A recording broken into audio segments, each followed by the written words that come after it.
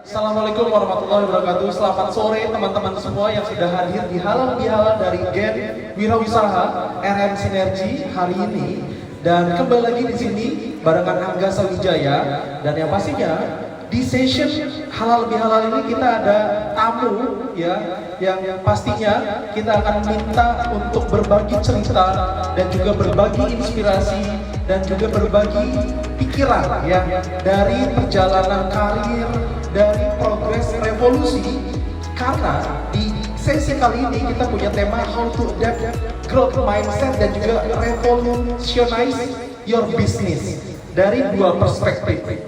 Ya, di sini ada Kang Yunanda, perwakilan dari DPRD Provinsi Jawa Barat yang saat ini ada di Komisi 2 tentang perekonomian. Halo, selamat sore Kang Yunanda. Selamat sore Kang Gaza. Terima kasih Kang Yun sudah berkenan hadir di sini. Selalu. Terima kasih juga. Dan semua. betul, kita juga ada dari HIPMI Perguruan Tinggi yang hadir di hari ini. Ada HIPMI PT Unicom. Mana aplausnya Unicom? Oke, HIPMI PT UPI. Mana HIPMI PT UPI? Iya. Ada HIPMI PT STT Tekstil. Ada HIPMI PT Telkom. Ada juga HIPMI PT Polma. Siapa lagi yang belum disebut?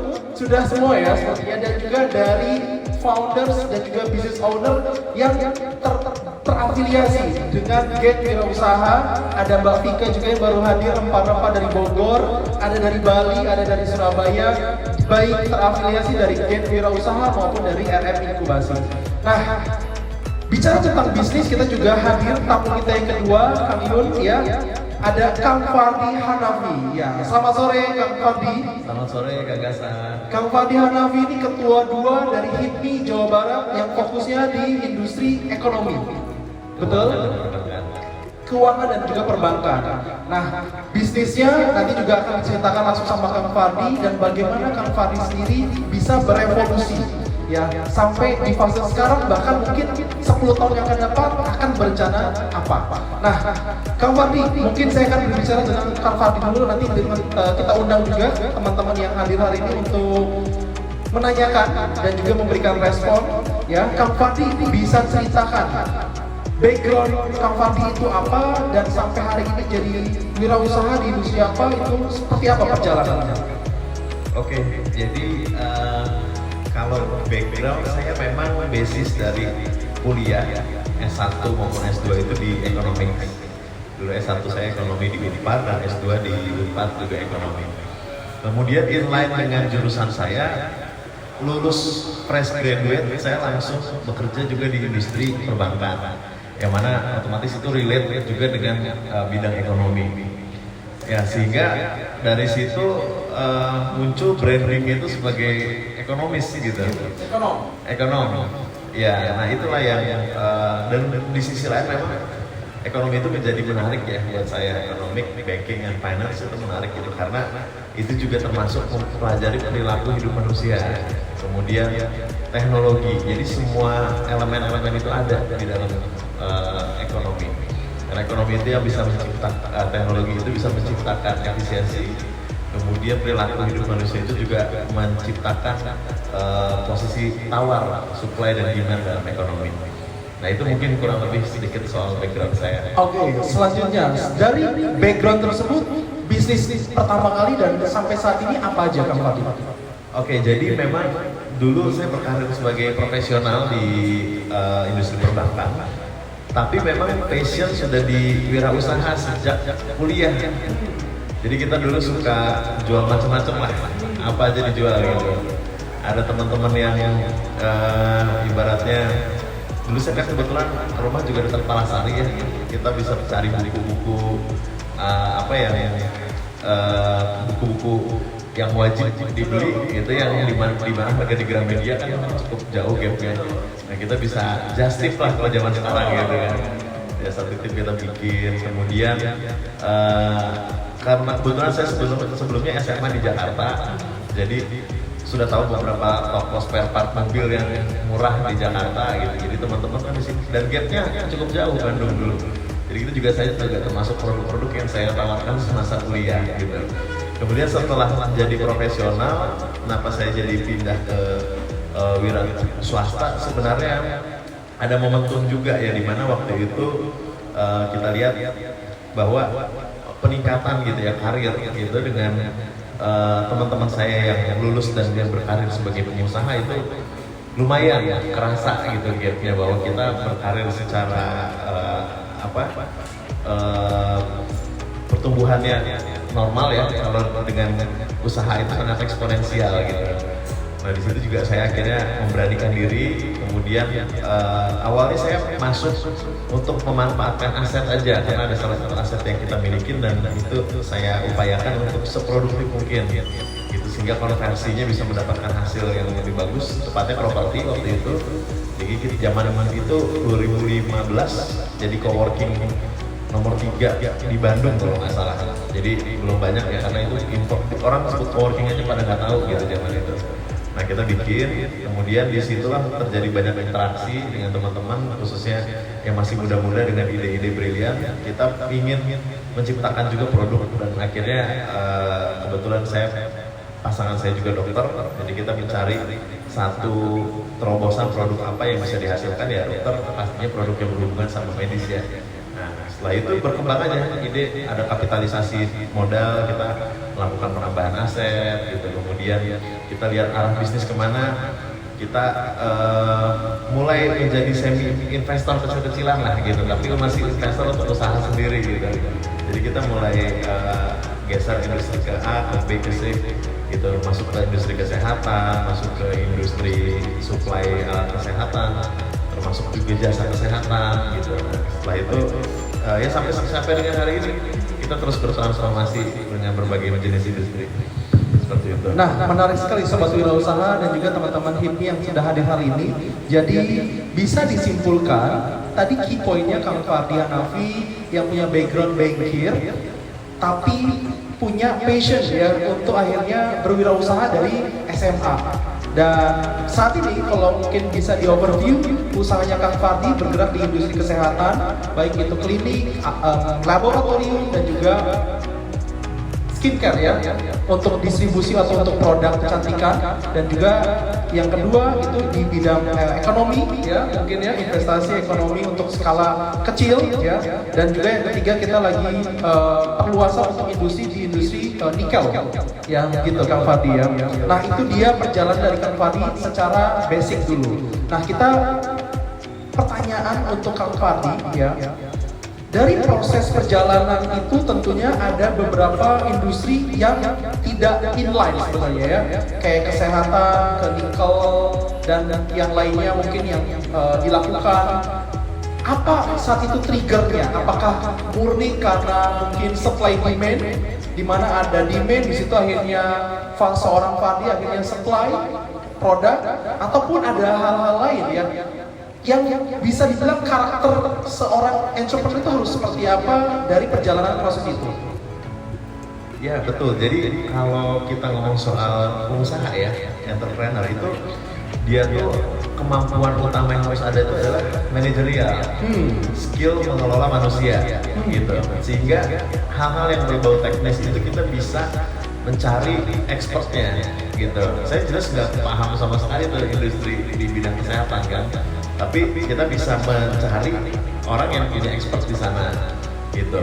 Nah tapi ada hal-hal lain yang kebetulan ekonomi ini selalu ada gitu, selalu hadir. Ekonomi maupun accounting ya gitu adalah untuk memperhitungkan proyeksi ya kan, milestones-nya dari suatu bisnis ini seperti apa targetnya, kemudian do's and don'ts seperti apa gitu yang kita anggap ini sudah lampu kuning itu apa aja gitu. Nah itu yang mungkin guideline itu yang bisa membuat saya bisa bermanuver ke berbagai jenis industri gitu, karena sebenarnya basisnya polanya sama. Industri itu dibangun ya betul tadi dengan ada supply demand. Kita pastikan dulu barang yang kita jual ini memang ada demandnya gitu, sehingga kita nggak tidak susah mencari market gitu kan. Kemudian teknik cara berdistribusi, nah itu kreativitas yang kita harus bangun gitu kan. Nah itu juga dari hasil buah pemikiran dari teman-teman, ada ekspertnya juga yang biasanya kita ajak diskusi soal itu. Nah sisanya kita harus yakin, udah di situ. Ketika kita sudah memplanningkan semuanya dengan sedemikian rupa, kita harus yakin, gitu. Karena kalau nggak yakin, jadinya nanti hanya sebatas tulisan, paper, gitu. Action plan harus ada. Gitu. Dan kalau bisnis itu gagal, ketahuilah kalau pas kita udah jalan ya ternyata industri itu nggak sesuai dengan planning kita, itu kita selalu ada cara buat tryout kalau udah praktek gitu. Biasanya seperti itu. Nah, keywordnya ya tadi juga, dan sobat wirausaha yang ada di rumah juga tentunya ada yang berpikiran saat ini untuk mengembangkan usahanya tapi keluar dari industri pertamanya ya. Keywordnya tadi kita dapat dari Kang Fardi, yang pertama itu yakin ya, yang kedua jelas ada kebutuhan, ada marketnya, dan hal apa lagi Kang Fardi yang mungkin bisa jadi proteksi nih? Karena gini, nggak sembarang, saya yakin ya, nggak sembarang mungkin wirausaha, apalagi mungkin yang masih fase 5 tahun awal atau bahkan mungkin sebelum 5 tahun untuk akhirnya mendiversifikasi bisnis yang bukan bicara hanya market aja atau supply demand aja, tapi key point apa lagi yang kita harus penuhi gitu, bro? Kebayang nggak? Kebayang ya? Nah ini juga satu hal yang penting yang harus dimiliki seorang pebisnis adalah biasakan segala jenis kesepakatan itu dituangkan secara tertulis, gitu, sehingga tugas dan tanggung jawab para pihak itu bisa kita baca ulang, karena kita ngobrol kesepakatan secara lisan. Minggu depan itu udah pada lupa, saling lempar dan jadinya debat kusir. Betul. Nah, jadi ketika kita sudah sepakat membangun kerjasama, tulis. Gitu. Nah, karena alternatif tadi terburuknya ketika bisnis itu tidak terjalan, kita punya penyelesaian solusi karena kita negara hukum. Jadi ada solusi hukum yang bisa digunakan. Nah itu yang harus digunakan juga tuh oleh pebisnis, dan itu rata-rata ya kadang tidak digunakan teman-teman startup ya. Dianggap remeh ya. Betul. Karena teman, karena saudara, udahlah jalan aja, nanti ada masalah. Susah ditelusurin gitu. Akad perjanjian. Setelah akad perjanjian, apalagi yang mungkin butuh dilengkapi atau dipersiapkan sebelum akhirnya kita mendiversifikasi bisnis kita di industri yang berbeda dari sebelumnya?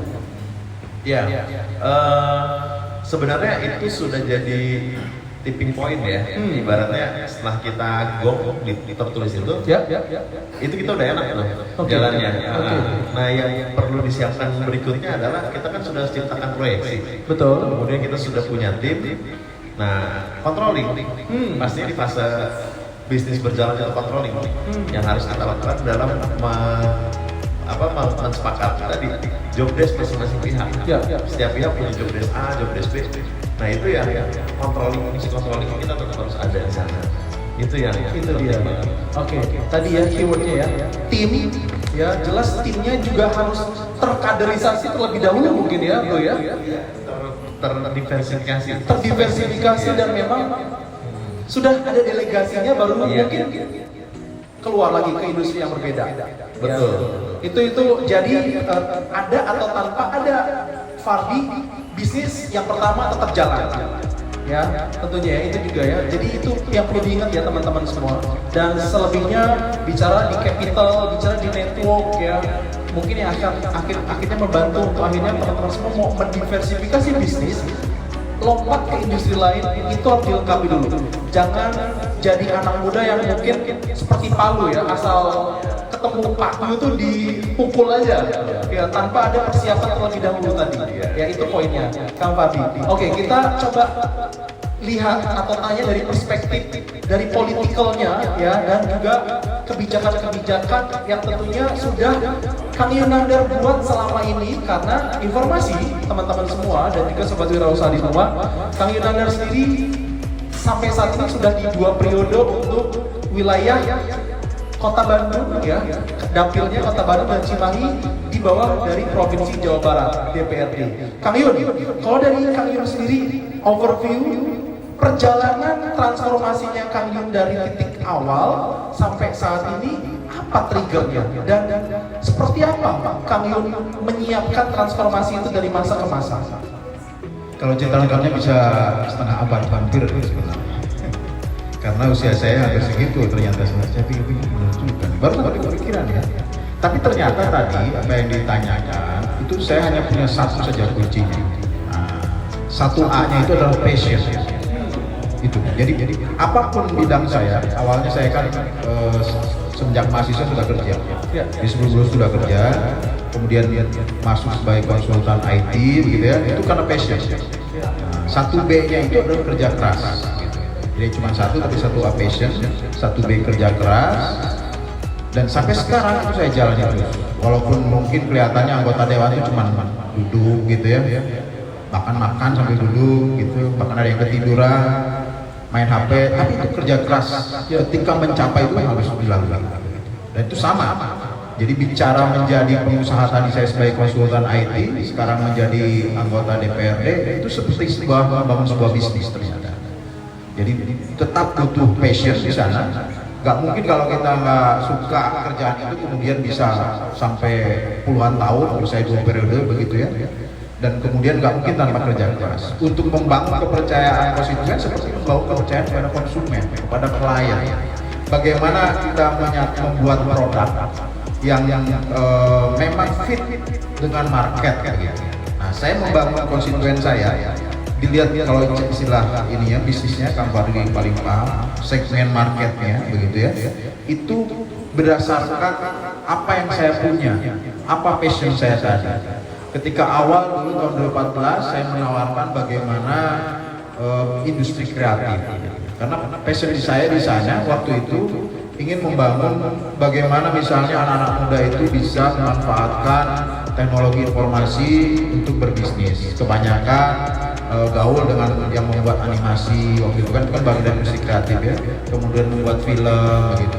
Nah itu yang kemudian saya kembangkan bisnis saya sebagai anggota DPRD ini, membuat produk-produk yang fit. Saya buat perda tentang ekonomi kreatif Jawa Barat. Itu satu perda yang mungkin pertama di Indonesia gitu ya. Dan itu ternyata diterima oleh marketnya, konstituen saya bagus sekali, sehingga kemudian dipilih lagi di periode yang kedua. Nah yang ketiga juga dari apa yang saya buat itu adalah pencerminan saya berusaha inovasi. Jadi saya juga membuat produk-produk baru berikutnya. Jadi selain perda ekonomi kreatif, saya juga bergeser membangun perda kewirausahaan yang berkaitan dengan teman-teman yang ada di sini ya. Itu penting sekali karena ketika saya belajar lagi, ini yang satu D-nya itu belajar lagi, saya selalu belajar lagi ketika menjadi anggota DPRD, saya melihat bahwa justru kunci keberhasilan satu bangsa, satu negara, satu wilayah, satu kota itu adalah melalui wirausaha. Kita lihat di dunia negara-negara maju itu maju karena pelaku wirausahanya berkualitas dan kuantitasnya banyak. Makanya kemudian saya buat produk baru namanya perda kewirausahaan bersama Kang Fardin. Ini salah satu yang bikin sebenarnya Kang Fardin. Nah kemudian masih terus saya tetap berinovasi. Berikutnya saya bikin lagi namanya bagaimana saya melihat konteks dan terus belajar tadi ya di Jawa Barat ini. Kita butuh sesuatu yang sifatnya lebih efisien berbisnis. Kita bangun bersama dengan Kang Fardin juga, ini namanya pusat distribusi provinsi. Itu memutus rantai pasok yang terlalu panjang. Itulah masalah bisnis di Jawa Barat salah satu untuk terutama untuk UMKM. Itu yang saya coba bangun. Jadi 4 prinsip itu Kang Gaza. Jadi itulah yang kemudian saya bisa shifting dengan cepat dari bisnis saya pertama sebagai mahasiswa, kemudian menjadi konsultan IT dan sekarang jadi anggota DPR, tetap berpegang teguh pada 4 itu. Jadi saya selalu melihat itu sebagai passion saya, kemudian saya selalu bekerja keras, dan kemudian saya melihat bahwa itu harus produk inovasi sesuai marketnya begitu ya, dan saya selalu belajar kembali. Yang ini saya kira bisa diterapkan untuk teman-teman yang mau menjadi pelaku bisnis. Menarik sekali. Passion, kerja keras, inovatif, dan juga apalagi tadi satu lagi selalu belajar. Ya, selalu akhirnya kita tadi ya perkembangan zaman itu sangat cepat.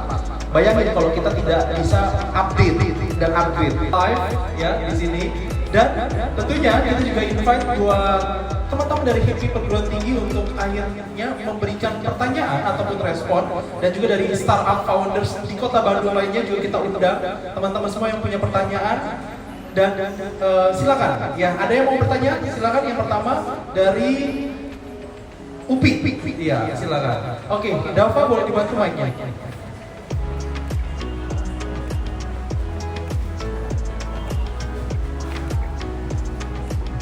Baik, bismillahirrahmanirrahim. Saya dari Isu itu pertanyaannya. saya dari UPI ya, di UPI. Saya mau bertanya lupa yang di tengah. Tahinanda. Kami terkait ini kan pariwisata gitu kan. Tadi akan berbicara tentang ingin membangun ekosistemnya gitu ya.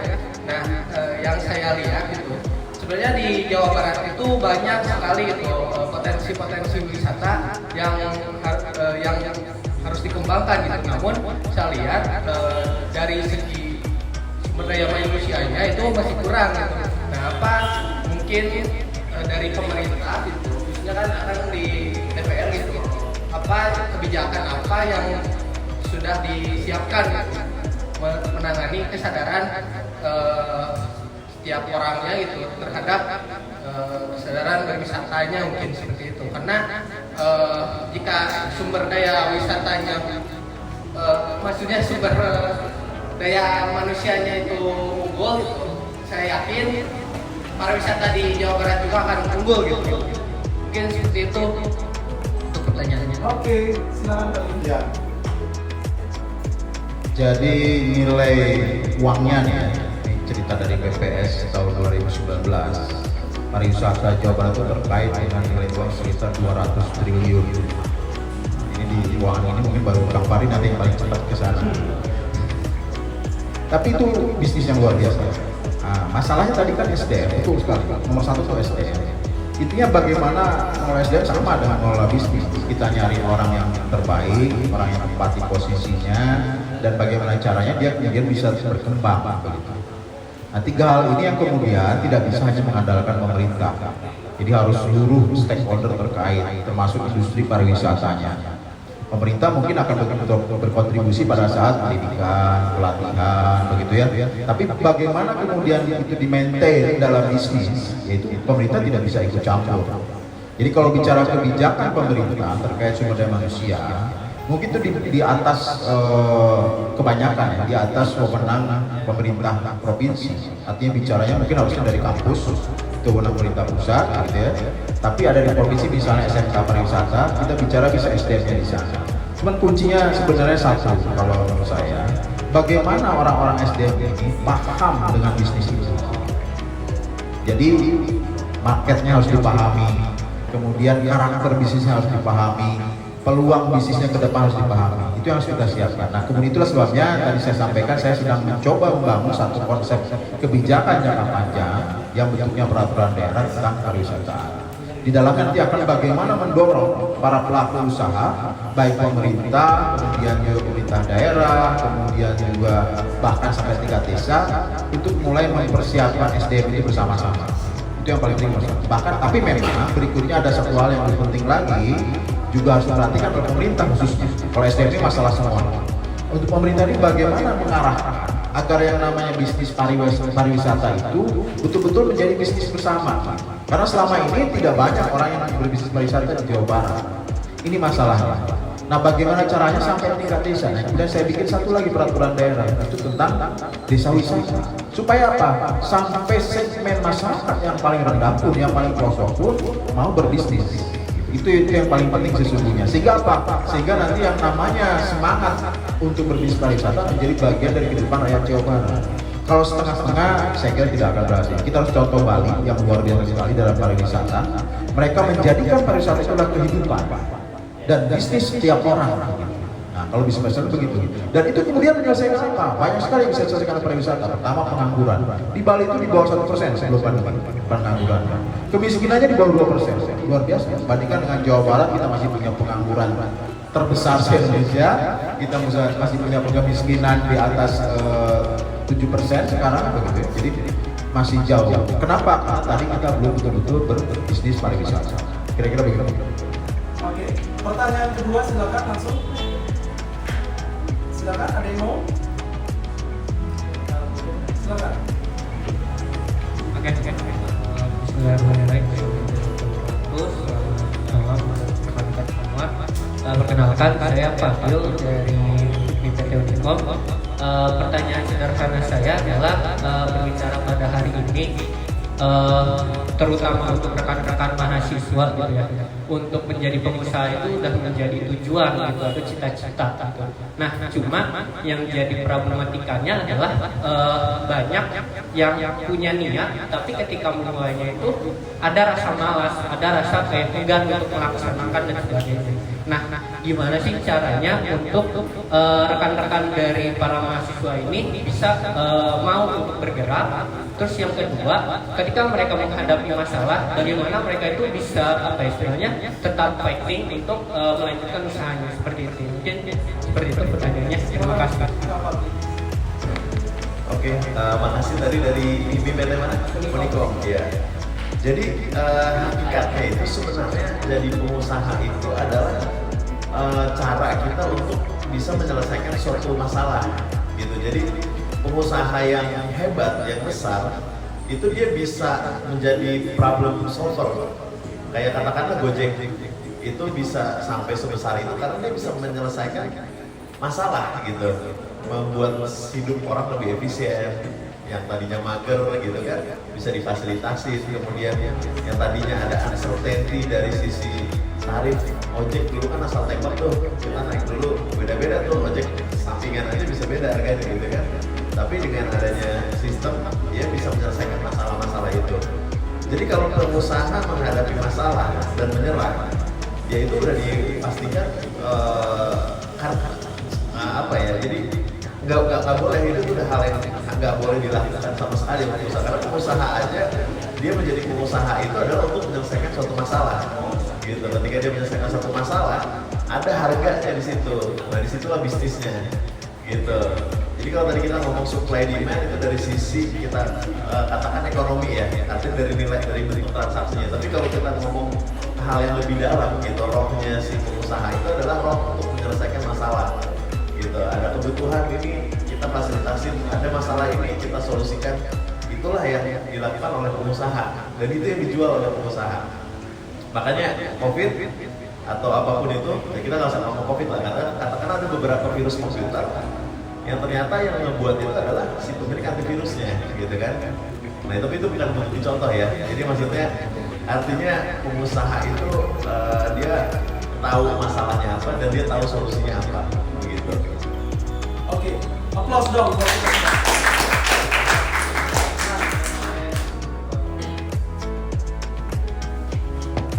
Oke, sebagai penutup ya kita minta kesimpulan dan juga mungkin insight yang bisa dibagikan ke teman-teman sobat wirausaha yang ada di rumah ataupun yang hadir hari ini.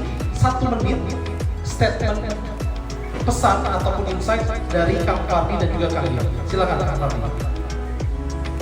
Oke, jadi singkat aja, kalau tadi sudah kebetulan pertanyaannya juga relate banget. Kalau kita mau jadi pengusaha dan kita harapkan di Indonesia ini sebanyak-banyaknya pengusaha karena memang secara percentage kita masih sangat kurang. Kita harus punya mental dan apalagi kita masih muda ya, bahwa opportunity itu luas, teknologi selalu berkembang, dunia selalu berubah, sehingga setiap kali ada perubahan itu akan ada muncul masalah-masalah baru. Nah, kita untuk menjadi entrepreneur adalah bagaimana caranya perubahan-perubahan itu selalu bisa menjadi momentum kita untuk bisa menyelesaikan masalah dan mendapatkan opportunity sekaligus di situ. Ya semoga prinsip itu bisa semakin, spirit itu bisa semakin banyak dimiliki oleh teman-teman kita yang masih kuliah maupun yang masih muda, sehingga kedepannya makin banyak pengusaha di Indonesia dan makin banyak problem solver yang ada di Indonesia, dan Indonesia menjadi negara yang besar dengan perekonomian yang kuat. Mungkin itu dari saya. Oke, terima kasih Kang Fahmi. Silakan Kang Yunandar. Saya kira tadi udah kesimpulan yang terbaik ya. Kalau boleh saya mengcopy ya itulah penutup dari saya. Dari sisi kebijakan mungkin Kang, Iya, ada itu saja. ya. Ya, bagi saya dari sudut pandang pemerintah ya, melihat anak muda berwirausaha, ingin jadi pengusaha sukses itu suatu hal yang sangat-sangat positif dan harus didukung.